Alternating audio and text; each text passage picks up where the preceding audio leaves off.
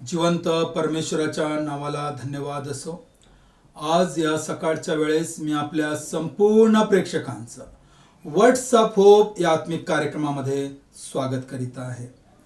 मागील आपल्या आठवड्यामध्ये आपण विशेष प्रकारे अभ्यास केलेला आहे. पहिल्या भागामध्ये तो आहे प्रभू येशू ख्रिस्त परफेक्ट आहे, परिपूर्ण आहे.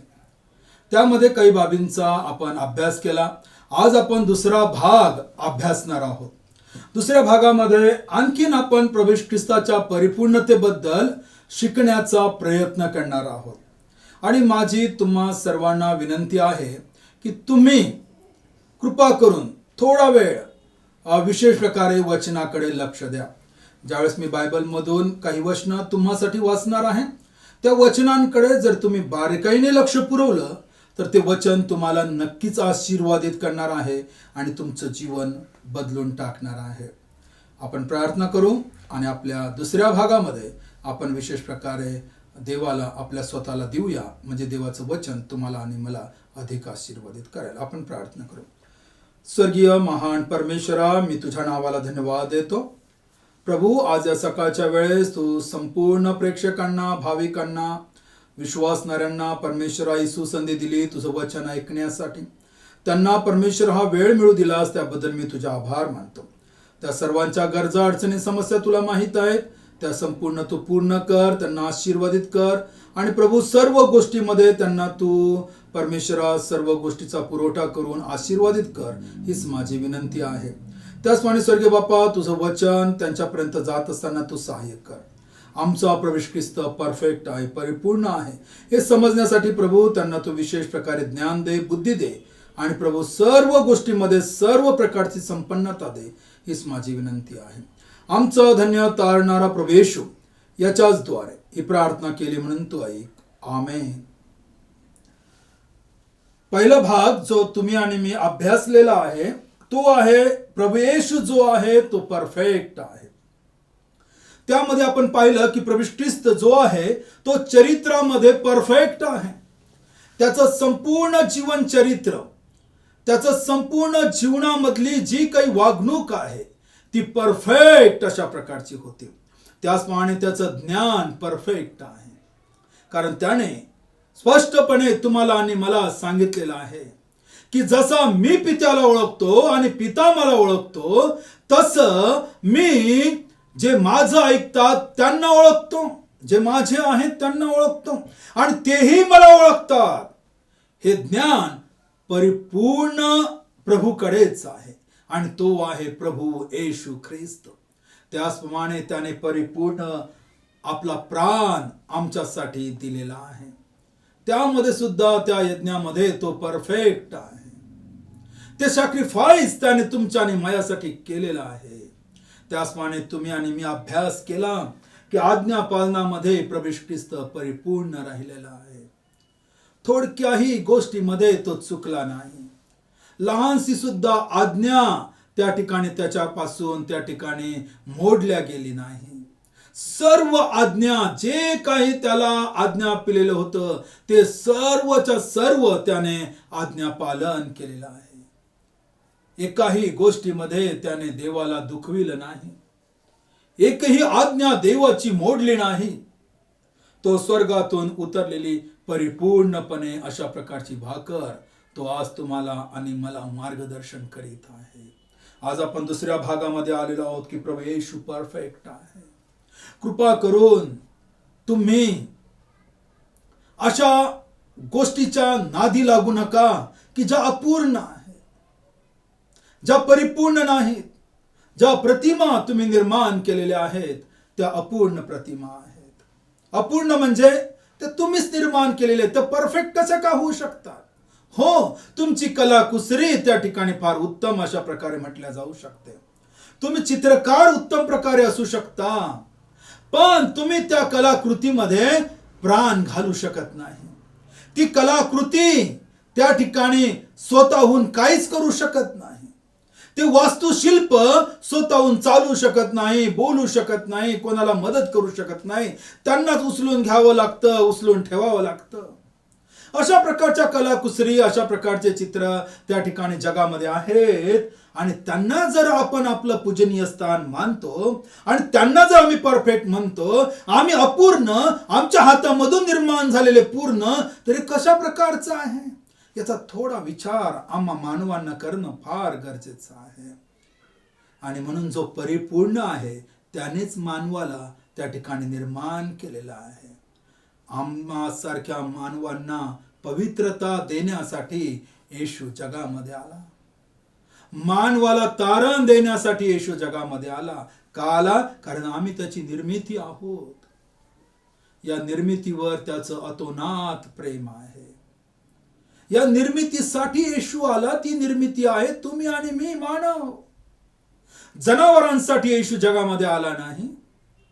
चंद्र सूर्य ताऱ्यांसाठी येशू जगामध्ये आला नाही. नदी नाले आणि त्या ठिकाणी डोंगर पर्वत, असंख्य विशाल काय ज्या वनस्पती असतील त्यांच्यासाठी येशू जगामध्ये आला नाही. तुमच्यासाठी आणि माझ्यासाठी येशू जगामध्ये आला. मानव जो त्याने निर्माण केला त्या मानवासाठी तो आला. कारण त्याच मानवाच्या नाकपुड्यामध्ये त्याने प्राण फुंकला, श्वास फुंकला आणि तो मनुष्य जीवधारी प्राणी झाला. स्त्री आणि पुरुष ही देवाची निर्मिती आहेत आणि ती देवाची लेकरे बनण्यासाठी प्रभू येशू जगामध्ये आला. फक्त मानवांना तो अधिकार आहे की ते देवाची लेकरे बनू शकतात प्रभू ख्रिस्ताचा स्वीकार करून. हे तुम्हाला आणि मला समजणं फार महत्वाचं आहे. आपल्या मुख्य विषयाकडे आपण येणार आहोत. येशू परफेक्ट आहे. सर्वात महत्वाचं, त्याचं कार्य कधीच अपूर्ण राहिलं नाही. तो सर्व कार्यामध्ये परिपूर्ण होता. आपण वचन वाचूया म्हणजे तुम्हाला कळून येईल. विशेष प्रकारे योहान कृष्णवर्तमान याचा 5वा अध्याय आणि 36वे वचन मी आपल्या सर्वांसाठी वाचतो. गॉस्पेल ऑफ जॉन चॅप्टर 5 वर्स 36 काय सांगतं लक्ष द्या. परंतु माझ्याजवळ जी साक्ष आहे ती योहानाच्या साक्षीपेक्षा मोठी आहे. कारण जी कार्य सिद्धीस नेण्याचे पित्याने माझ्याकडे सोपविले आहे, म्हणजे जी कार्ये मी करीतो तीच माझ्याविषयी साक्ष देतात की पित्याने मला पाठविले आहे. याचा अर्थ आहे ती त्याची सर्व कार्य परिपूर्ण आहेत आणि ती साक्ष देतात आम्हाला की देवाने प्रभू ख्रिस्ताला आम्हासाठी पाठविलं. त्याचं प्रत्येक कार्य जे आहे ते परिपूर्ण आहे. परिपूर्ण कार्य त्याचं आहे. साधं उदाहरण मी तुम्हाला सांगू इच्छितो पवित्र शास्त्रामधून. अनेक उदाहरणं आहेत. त्यामध्ये पुष्कळसे चमत्कार आहेत. चमत्कार तुम्हाला आणि मला आवडतात. आमच्या जीवनामध्ये चमत्कार घडावा अशी अपेक्षा असते आणि ती काही चुकीची नाही की देवाने आमच्या जीवनामध्ये अद्भुत कार्य केलं पाहिजे, चांगलं जीवन आमचं झालं पाहिजे, ही अपेक्षाच आहे. आणि परिपूर्ण जो आहे तोच ते करू शकतो. तशाच प्रकारे प्रभू ख्रिस्ताच्या काळामध्ये अनेक आजारी लोक होते, दुःखी होते, कष्टी होते. काही लंगडे लोक होते, काही कुष्ठरोगी होते, आंधळे होते. आणि ज्या वेळेस प्रभू ख्रिस्ताकडे त्यांनी हाक मारली किंवा प्रभू ख्रिस्त त्यांच्याकडे गेला, त्यांना प्रभू ख्रिस्ताने परिपूर्ण बरं केलं. लक्षात घ्या, ती परिपूर्णता त्याच्यामध्ये आहे, त्याच्यामुळे त्यांना परिपूर्ण बरं केलं. जे आंधळे होते त्यांना असं म्हटलं नाही की आज मी एक डोळा तुझा बरा करतो आणि नंतर मग काही महिन्यानंतर दुसऱ्या डोळ्याबद्दल पाहू. त्यांना दोन्ही डोळ्यांनी दिसायला लागलं असं बायबल आम्हाला सांगतं. जे अपंग होते, चालू शकत नव्हते, ते उड्या मारू लागले येशूने त्यांना आज्ञा देताच. जे कुष्ठरोगी होते त्यांचा कुष्ठरोग परिपूर्णपणे बरा झाला. प्रभूने फक्त शब्द मात्र बोलला आणि ते बरे झाले.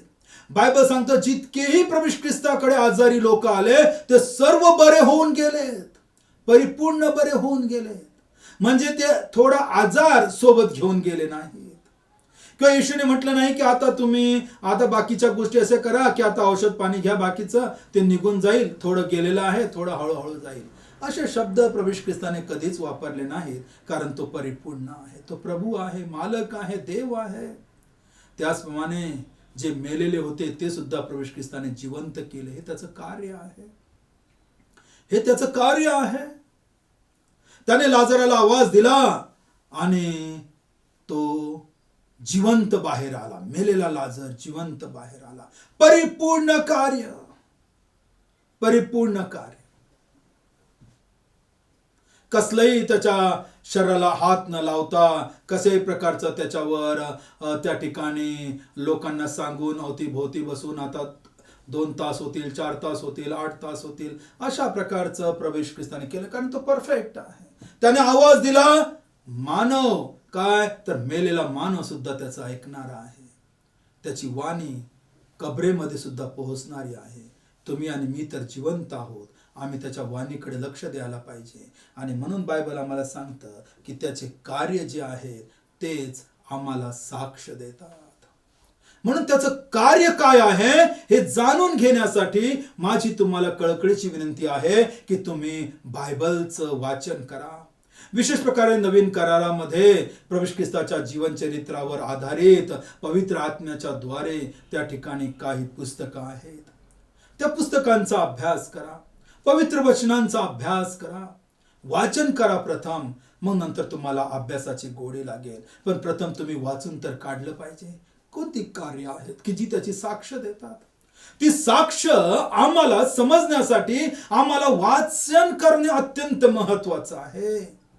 आणि म्हणून माझी तुम्हाला विनंती आहे, वाचन करा. तुम्ही हा कार्यक्रम पाहता, या कार्यक्रमाचा तुम्ही आस्वाद घेता, हा कार्यक्रम तुम्ही नियमितपणे त्या ठिकाणी लक्षपूर्वक त्या ठिकाणी त्याचा अभ्यास करता, वचन सांगितल्यानंतर तिकडे लक्ष देता, चांगली गोष्ट आहे. पण फावल्या वेळामध्ये बायबल वाचा, म्हणजे तुम्हाला हे संदेश कळतील. जर तुम्ही वाचनच केलं नाही तर तुम्हाला मी कितीही प्रवचन सांगितली तर कळणार कशी काय आहे. हे तर असं होऊन जाईल की फक्त मी तुम्हाला सांगत आहे आणि तुम्ही फक्त ऐकत आहात आणि थोड्या वेळानंतर तुम्ही विसरून जाणार आहात. कारण मानवाची प्रवृत्ती तशी आहे. काही गोष्टी तो विसरणारा आहे आणि ते विसरून जातात, त्या लक्षात राहत नाही. कदाचित तुमच्या सोबत सुद्धा तसं घडत असेल. काही जे तुमचे ओळखीचे मित्र आहेत, ज्यांच्या सोबत तुम्ही लहानपणी खेळला, बाळगला आणि काही वर्षानंतर जर तुम्हाला भेटला तर तुम्ही म्हणता आम्हाला ओळखीचे वाटतं पण तुमचं नाव आठवत नाही. आणि जेव्हा नाव आठवतं तेव्हा अरे बापरे, इतके वर्ष मी यांच्या समती खाल्लो आणि आता मला याचं नाव सुद्धा आठवलं नाही, हे कसं काय झालं. कारण ही माणसाचा त्या ठिकाणी अशक्तपणा आहे, तो विसरू शकतो, ती काही चूक नाही. आणि म्हणून बायबल आम्हाला सांगतं की आम्ही याचं मनन करावं, अभ्यास करावा, वाचन करावं, नियमितपणे वाचावं, जेणेकरून आम्हाला स्वतःला त्याची साक्ष पटेल. म्हणून हा कार्यक्रम त्यासाठी आधारित आहे की तुम्ही बायबलचं वाचन करावं. मी तुम्हाला कोणत्याच दुसऱ्या पुस्तकांचं त्या ठिकाणी शिफारस करत नाही. बायबल प्रथम तुम्ही वाचा, मग इतर पुस्तकांचा अभ्यास तुम्हाला त्या ठिकाणी मदत करेल बायबल समजण्यासाठी. पण बायबलचं प्रथम वाचन तुमच्या जीवनामध्ये असू द्या, तरच तुम्हाला समजेल की आमचा प्रभू येशू परफेक्ट आहे आणि त्यांनी सांगितलेली वचनही सुद्धा परफेक्ट आहेत, कारण ती देवापासून आमच्यापर्यंत पोहोचलेली आहे. त्याचप्रमाणे आणखीन देवाचं वचन मी आपल्या सर्वांसाठी वाचत आहे. लक्ष द्या या वचनाकडे. लूक वर्तमान याचा 23वा अध्याय आणि 34वा वचन. गॉस्पल ऑफ लूक चॅप्टर 23 वर्स 34 काय सांगतं इकडे लक्ष द्या. लूक वर्तमान याचा 23वा अध्याय आणि 34वा वचन. मी तुम्हाला वारंवार सांगतो, वचनाकडे लक्ष द्या. वचन तुम्हाला बदलणारा आहे. प्रभू ख्रिस्ताचं प्रत्येक वचन परफेक्ट आहे, पूर्ण आहे. त्याकडे लक्ष द्या तुम्हाला आशीर्वादित होण्यासाठी. वचन मी वाचत आहे. तेव्हा येशू म्हणाला, हे बापा, त्यांना क्षमा कर, कारण ते काय करीतात हे त्यांना समजत नाही. नंतर त्याची वस्त्रे आपसात वाटून घेण्यासाठी त्यांनी चिठ्ठ्या टाकल्या. इकडे लक्ष द्या या वचनाकडे. परिपूर्णपणे क्षमा, कारण तो परिपूर्ण आहे. तो पूर्ण क्षमा देण्यासाठी त्या ठिकाणी समर्थ आहे. कदाचित तुम्ही अशा प्रकारचं चित्र तुमच्या डोळ्यासमोर येऊ शकतं की काही लोकांनी येशूच्या विरुद्ध अपराध केला, किंवा येशू विरुद्ध अपशब्द वापरलेत किंवा काहीतरी घडलं असेल आणि मग ते लोक क्षमा मागण्यासाठी आलेत आणि मग प्रभू ख्रिस्ताने म्हटलं की बापा यांना क्षमा कर. म्हणजे निवांत क्षण आहे, शांत क्षण आहे आणि प्रभू ख्रिस्त त्या ठिकाणी यांना म्हणत आहे जा, क्षमा केलेली आहे, आता तुमचा आणि माझा काही संबंध नाही, आता याच्या पुढे काही भेटू नका. मानवाचे तसे विचार आहेत आणि मानव तशा प्रकारे वर्तन करतो, कारण मानवाची ती भाषा आहे. पण ही देवाची भाषा आहे. देवाची भाषा मानवाच्या भाषेपेक्षा फार वेगळी आहे. आमचे विचार आणि त्याच्या विचारामध्ये आकाश आणि पृथ्वीपेक्षाही जास्त अंतर आहे. हे तुम्हाला आणि मला समजणं महत्वाचं आहे. येथे प्रभू ख्रिस्त निवांत बसलेला नाही. त्याच्याकडे ते स्वतःहून क्षमा मागण्यासाठी आले नाही. त्यांनी तशा प्रकारची कृतीही केली नाही, पण त्यांनी उलट प्रभू ख्रिस्तावर प्रहार केलेला आहे, त्याला मारझोड केलेली आहे. एवढंच नाही, त्याला वधस्तंभावर खिळलं आणि तो वधस्तंभावर असताना, रक्तबंबाळ झालेला असताना, काट्याचा मुकुट हातापायामध्ये खिळे आणि सर्व लोक जे ओरडत होते त्यांच्याबद्दल प्रभू ख्रिस्ताने शब्द वापरले. त्यांच्याबद्दल आणि रोमी सर्व सैनिकांबद्दल, सर्व अधिकाऱ्यांबद्दल, याचकांबद्दल प्रभू ख्रिस्ताने शब्द वापरले. हे बापा, यांना क्षमा कर, काय करतात हे यांना कळत नाही. स्वतः रक्तबंबाळ झाला असताना त्याने ही क्षमा लोकांसाठी जाहीर केली. ती क्षमा आज तो विशेष प्रकारे मणिपूर येथील लोकांसाठी सुद्धा जाहीर करीत आहे. जे लोक विश्वासणारे, जे प्रभू ख्रिस्ताचे अनुयायी आहेत किंवा त्याची प्रार्थना करतात, प्रार्थना गृहामध्ये जाऊन त्याची आराधना करतात किंवा विश्वासणारे म्हणून त्या भागामध्ये ओळखल्या जात असतील, जर त्या नावामुळे त्यांचा छळ होत असेल, जे छळ करणारे आहेत त्यांना प्रभू ख्रिस्ताचे शब्द आहेत, हे बापा त्यांना क्षमा कर, कारण काय करत आहोत हे त्यांना कळत नाही. जे छळ करणारे आहेत त्यांना समजत नसतं की आम्ही काय करत आहोत. कधी कधी काही लोकांना ते कळतही नसतं, कारण तशा प्रकारे त्यांना पेटवलं जातं, तशा प्रकारे गोष्टी त्यांच्या जीवनामध्ये टाकल्या जातात, त्यांचे माइंड वॉश केल्या जातात आणि मग अशा प्रकारच्या निरपराध लोकांवर त्यांनी हत्यारं चालवावे, त्यांना मारावं, त्यांच्यावर अत्याचार करावे, अशा प्रकारे त्यांना वेगळ्या गोष्टीमध्ये गुरफटल्या जातं, वेगवेगळ्या प्रकारच्या धर्मकांडामध्ये त्यांना अडकविलं जातं आणि लोक मग जनावरांपेक्षाही विचित्र वागू लागतात आणि त्यांच्याच भाऊबंधांचे त्या ठिकाणी खून करतात, फक्त त्यांनी विश्वास बदलला म्हणून, त्यांनी त्या ठिकाणी देवाची आराधना करायला सुरुवात केली म्हणून, ते चांगलं जीवन जगत आहेत म्हणून. म्हणून कृपा करून जे छळ करणार आहेत कोठेही असो, जर तुमच्या अंतःकरणामध्ये जर विश्वासणारे म्हणजे प्रभू ख्रिस्ताच्या अनुयायाबद्दल जर थोडासाही संभ्रम असेल, तर प्रभू तुम्हाला म्हणतो की मी तुम्हाला क्षमा करीते, कारण तुम्ही काय करतात हे तुम्हाला कळत नाही. पण याचा अर्थ असा नाही की तुम्ही कळून घेऊ नये. संधी देत आहे प्रभू की जर तुम्ही बदलला तर प्रभू तुम्हाला क्षमा करण्यासाठी तयार आहे. त्याची क्षमा जाहीर झालेली आहे, फक्त तुम्हाला ती स्वीकारण्याची गरज आहे. स्वीकारण्यासाठी त्यासाठी त्याच्याकडे येण्याची गरज आहे. म्हणून त्याच्याजवळ परिपूर्ण क्षमा आहे, परिपूर्ण क्षमा आहे. त्याने हताश होणे शब्द वापरले नाहीत, तर त्याने परिपूर्ण होऊन सर्वांना सांगितलं की ही परिपूर्ण क्षमा मी तुमच्यासाठी जाहीर करीत आहे. आजही पाप क्षमा संपूर्ण जगामध्ये सुवार्तेमध्ये गाजवल्या जात आहे आणि तीच खरी सुवार्थ आहे की ज्याद्वारे मनुष्याला पापांची क्षमा प्राप्त होते आणि ती आहे प्रभू येशू ख्रिस्ताची सुवार्थ. आणखीन देवाचं वचन मी आपल्या सर्वांसाठी वाचत आहे.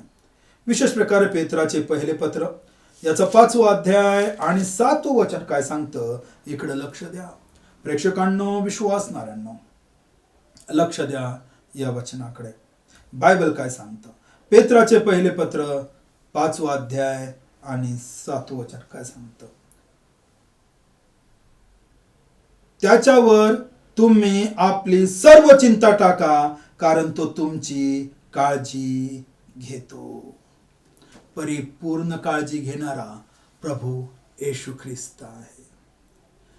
इथे देवाचं वचन पवित्र आत्म्याच्या द्वारे तुमच्या आणि माझ्यापर्यंत आलेलं आहे आणि ते म्हणतं की आम्ही सर्व चिंता प्रभू येशूवर टाकावी, कारण तो आमची परिपूर्ण काळजी घेणारा आहे, कारण तो परफेक्ट आहे आणि त्याची जी काळजी आहे आमच्या विषयीची ती सुद्धा परफेक्ट आहे.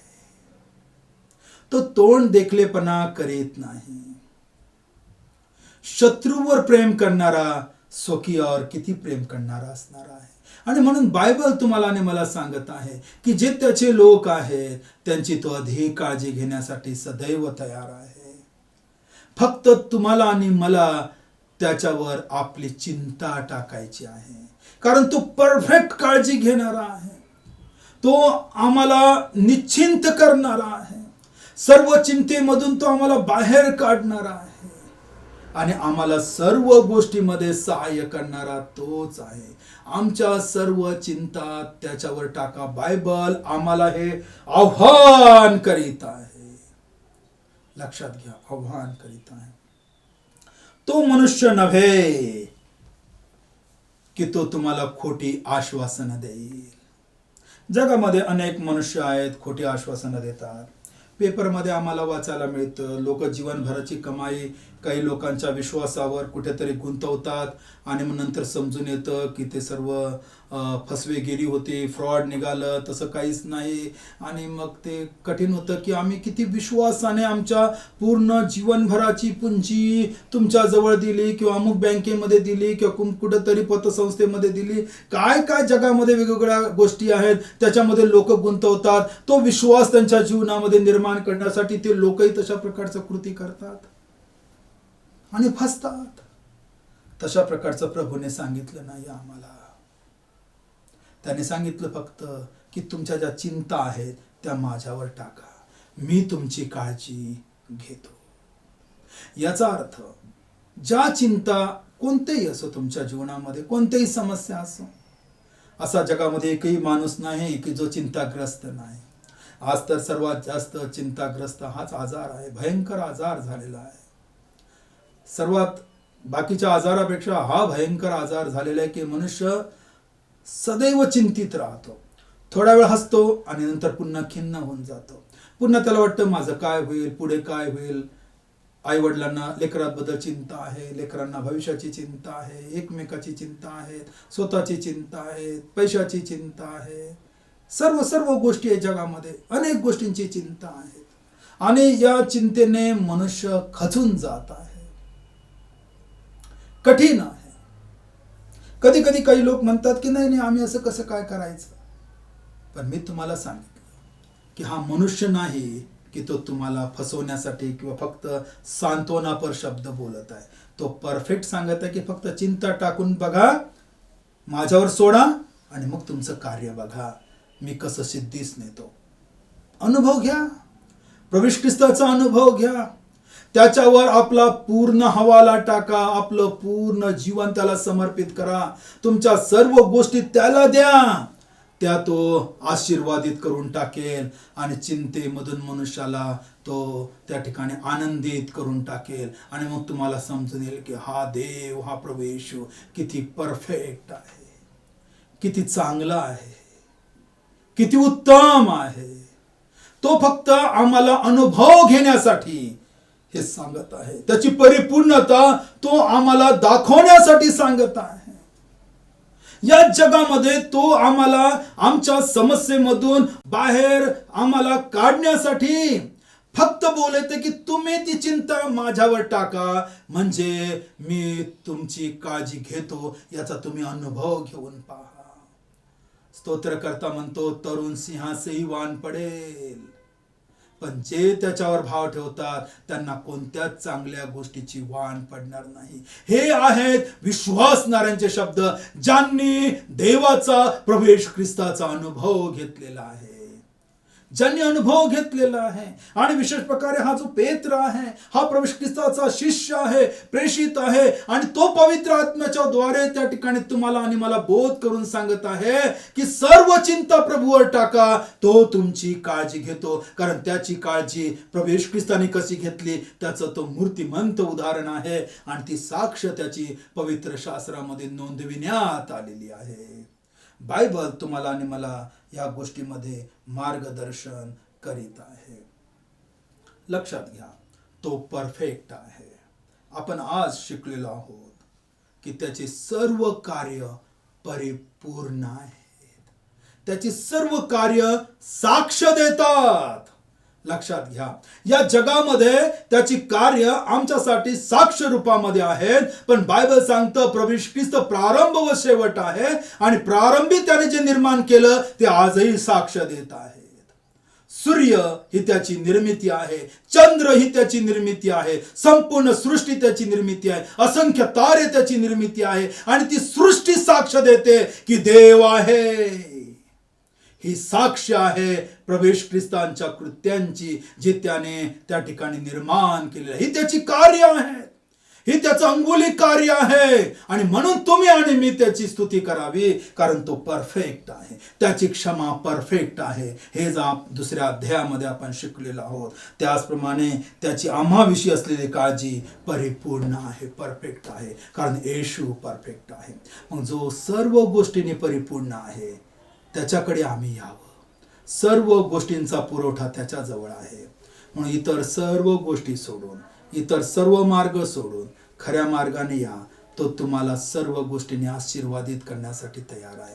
जसा तो परफेक्ट आहे तसं तुम्ही आणि मी सुद्धा परफेक्ट असावं, ही त्याची इच्छा आहे. परमेश्वर तुम्हाला आणि मला आशीर्वादित करो. आपण प्रार्थना करू.